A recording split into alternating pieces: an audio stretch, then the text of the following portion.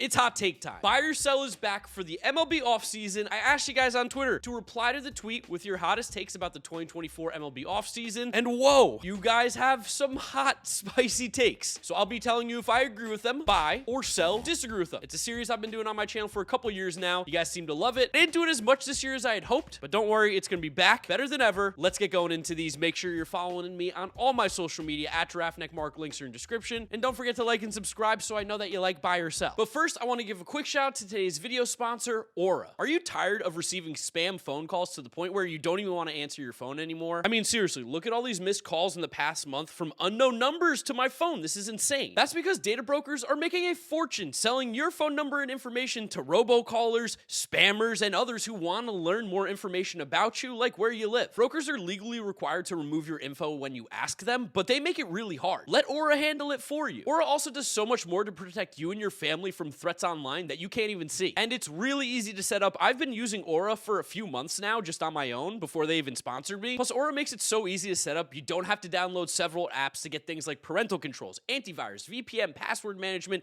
identity theft insurance, and much more. And you get everything at one affordable price. I mean, look at this. This is a no-brainer. Let Aura do the hard work of keeping you safe online so you can focus on other tasks and keep your peace of mind. So you can either let people continue to exploit your information and profit off of it online, or you can go to aura.com/GiraffeNeckMarc to start your 2-week free trial right now. Link is in the description. Click it down below. Aura.com/GiraffeNeckMarc for a free 2-week trial. Keep your information safe and private as it should be, and take back what's yours. Thank you to Aura for sponsoring today's video. Let's get back to it. Started off with one of my friends here. Shout out to Wheels. He said Shota Imaga will be one of the best value signings of the offseason. And I can totally buy this. If you guys remember, Shota Imaga pitched for Team Japan in the World Baseball Classic, and he was absolutely filthy. While he doesn't have the same hype as Yoshinobu Yamamoto, that's why he could be the best value signing. He dominated Team USA. His fastball sits in like the low to mid 90s, but it does have good rise on it, or I think it's like technically called IVB, inverse vertical break, which is essentially what gives the appearance that his fastball is rising. That, along with his good breaking balls and off speeds, gives Shota Imaga a good chance to be a very, very productive pitcher next year in Major League Baseball. You can expect his contract to look similar to that of Kodai Senga's from the past offseason for the New York Mets. So yeah, for a guy who could maybe make like ish $15 to $20 million a year and could possibly be a frontline starter, or at least a guy who's going to give you very valuable innings, I buy this. Shota Imaga, while he is not going to be as good as Yoshinobu Yamamoto, I think has a chance to be one of the better pitchers signed this offseason. I love it, Wheels. Starting off hot. At the Angels Blow says, Bob Nightingale breaks the Ohtani signing. Oh, I've been all about the Bob Nightingale redemption arc. He was great during the lockout. He's bringing everybody bagels. Everybody, I feel like, is starting to love Bob Nightingale like you love your uncle at Thanksgiving. He's going to say some crazy stuff. He might not be right all the time, but at the end of the day, he means well. But I'm going to sell this. I think it's got to be Ken Rosenthal or Jeff Passan or John Heyman, the Sauce Boss, or even Joel Sherman. I can't see Bob Nightingale being the guy who breaks the Ohtani signing. That being said, I hope he is. Shout out to Bob. He's a legend, but it feels unlikely that old boob is going to be the guy who breaks the Ohtani signing news. So that's a sell. At Casper123769, the Orioles swoop in and sign Eduardo Rodriguez to a 6-year, $150 million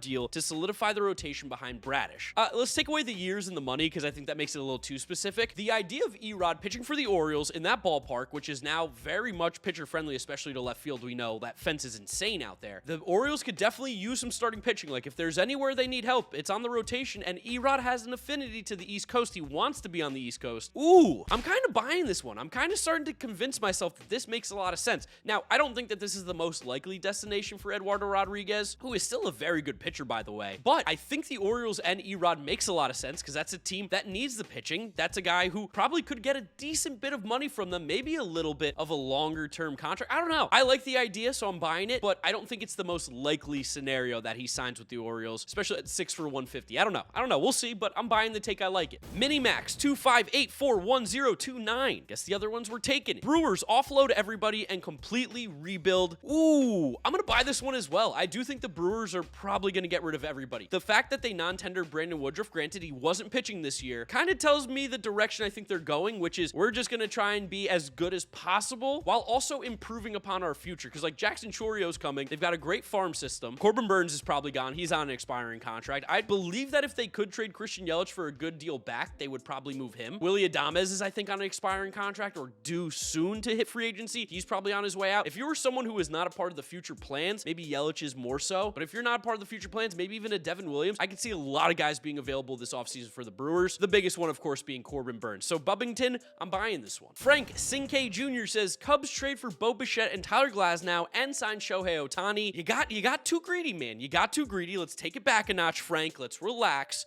Sell. I think they're very much in the running for Shohei Ohtani. The more and more I think about it, I'm starting to think the Cubs might be the second most likely team to sign Shohei Ohtani this offseason outside of the Los Angeles Dodgers. They have a good chance there, but I don't think they're also trading for Bo Bichette and Tyler Glasnow. That feels like almost too much that's going on, and granted, I did ask for hot takes. I said, send me your hottest takes, and this one, Frank, is pretty hot, but I just don't see this happening, so I'm going to have to sell. It's too much. It's too much. You're asking for too much. The Cubs do that all of a sudden. This is one of the better teams in baseball, and I just don't see that happening right now. Sell. Elitz02 says, Mets have a quiet offseason, signing none of the big names. Ooh, I mean, I really think they're going to sign Yoshinobu Yamamoto, but I don't hate this take. I'm going to say buy. I think if they don't get Yamamoto, it's going to be a very quiet offseason. Although, like, maybe not, because if they don't get Yamamoto, their pitching rotation is looking really rough. Oh, wow, this one's actually got me in quite a twist. I buy the take.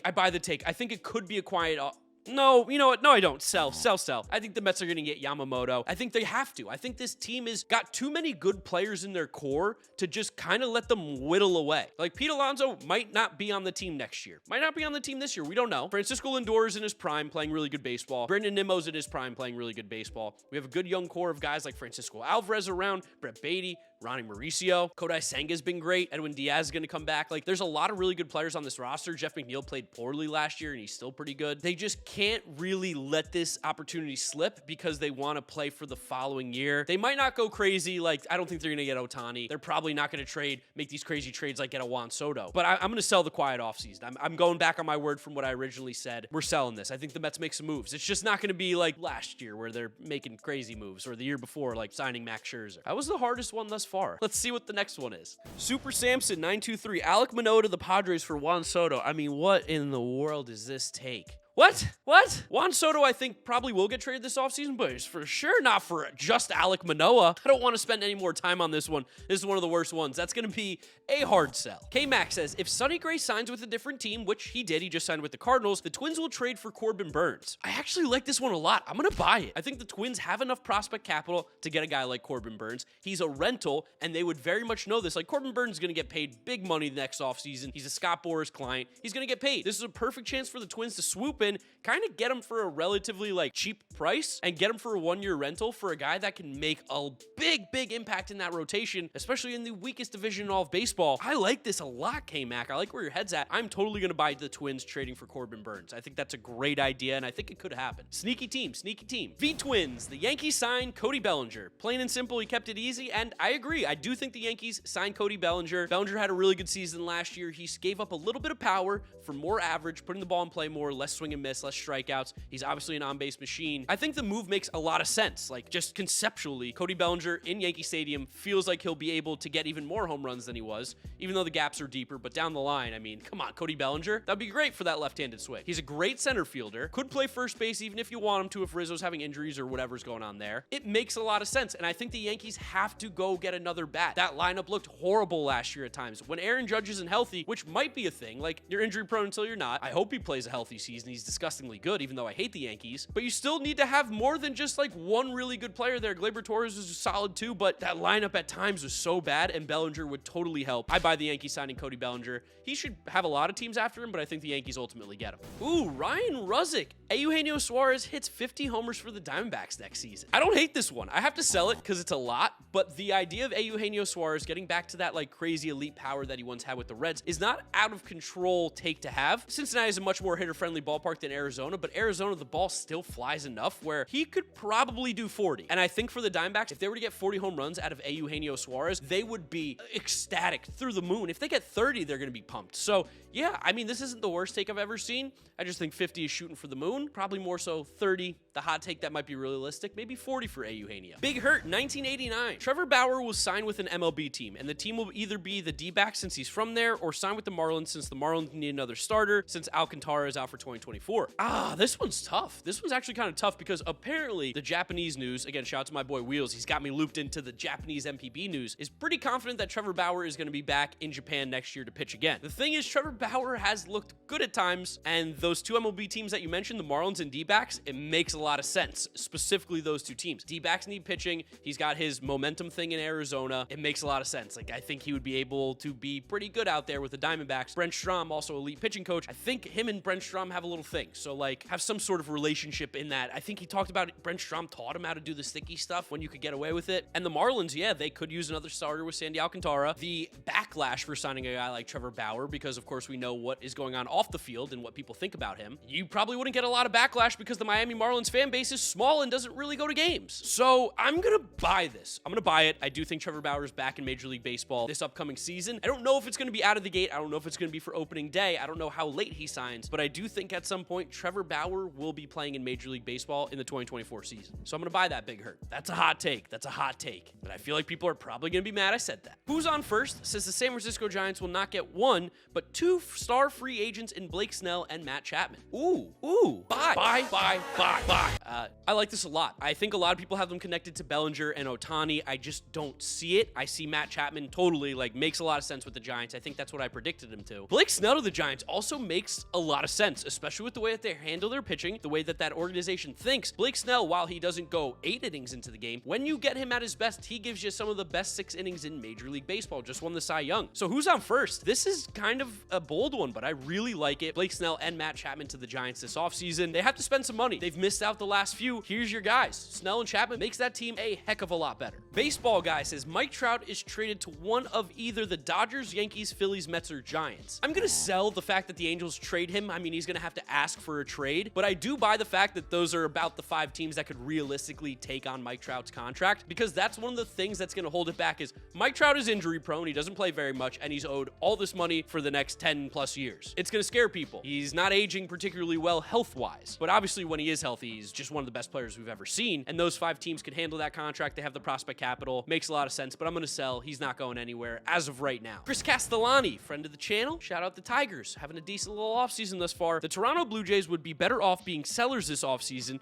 than being active buyers. They're stuck in that 85 to 90 win range in a tough division. They aren't getting any younger, and the core has not lived up to the potential. While I don't disagree with what you're saying about the Blue Jays, like, I think that's totally realistic that they have been underwhelming and they have not lived to their potential, I am totally going to sell this one because when you're kind of stuck in that range, what you need to do is you need to get better. You need to get better players. You need to bring in new guys. You have an opportunity to become one of the best teams. This isn't like they're a team that's going to miss the playoffs. If you have a chance to make the playoffs, you have a chance to win the World Series. And the Blue Jays, as long as they have a chance to make the playoffs, have a chance to win the World Series, get better, don't sell off, don't trade Vladdy, don't trade Bo Bichette, don't start making moves when this core is still in place and has an opportunity to win. I get what you're saying, Chris, and I think being a Tigers fan has hurt you in the past, and that's why you're getting a little PTSD here with the Blue Jays. But I sell this one because if they start trading off pieces, I just think the entire country of Canada might take the Blue Jays and throw them to the United States and say, go back to Buffalo.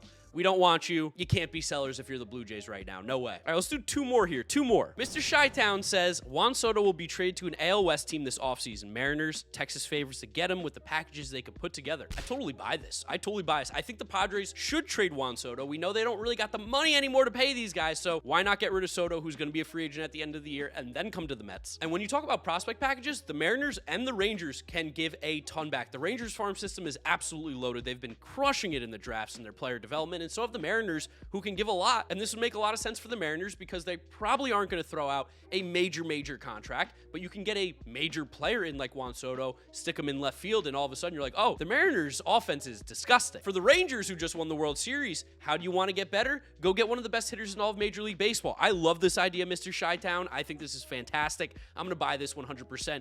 I'm starting to see it already. I'm seeing the pieces come together, and it makes a lot of sense. Gadzook says the Reds trade from their deep pool of infielders and acquire Tariq Skubal from Detroit. I'm going to sell this one. I think the Reds will try to acquire some pitching this offseason through trades because, like you said, there is a plethora of players that are all going to be playing the same position for the Cincinnati Reds. So I think one of them, 2 of them, 3 of them, whatever it's going to be, they're going to make some moves. I just don't think it's going to be for Skubal because I think the Tigers are in a spot where if they make the right moves and the right players get a little bit better, you're asking for a lot still. But they finished the season really strong last year. Spencer Torkelson, low-key was great. Riley Green's going to be healthy next year. He's awesome. Scooball is a good pitcher. They just signed Kenta Maeda. Signing Kenta Maeda makes me think that they're going to try and be competitive in a very, very weak division that is super attainable and super easy to try and get into the playoffs through. So I don't think they'll be selling Scooball unless you give them something crazy, like out of control, where they go, oh, our team is better without Tariq Scooball than they is with him. So yeah, I'm going to sell this one, Ben, but I like that. That's kind of crazy idea. You got the right process. I just don't think the matchup is going to happen. So there it is. Buy or sell for the 2024 offseason. You want to see me do more of these? Get in the comment section down below. Drop a like. Drop a comment. Let me know what your hot take is, because for the next one in the offseason, I'll pull it from the YouTube comment section. Subscribe to the channel so you don't miss out on any of the content coming at you. Follow me on my social media at GiraffeNeckMarc. Links are always in the description. And that's where I'll wrap up today's video. You guys know the drill from here on out. YouTube recommends you watch this video. This is my most recent upload, so click through those if you have not yet seen them. Thank you guys for watching, and I'll see you all for another video. Bye.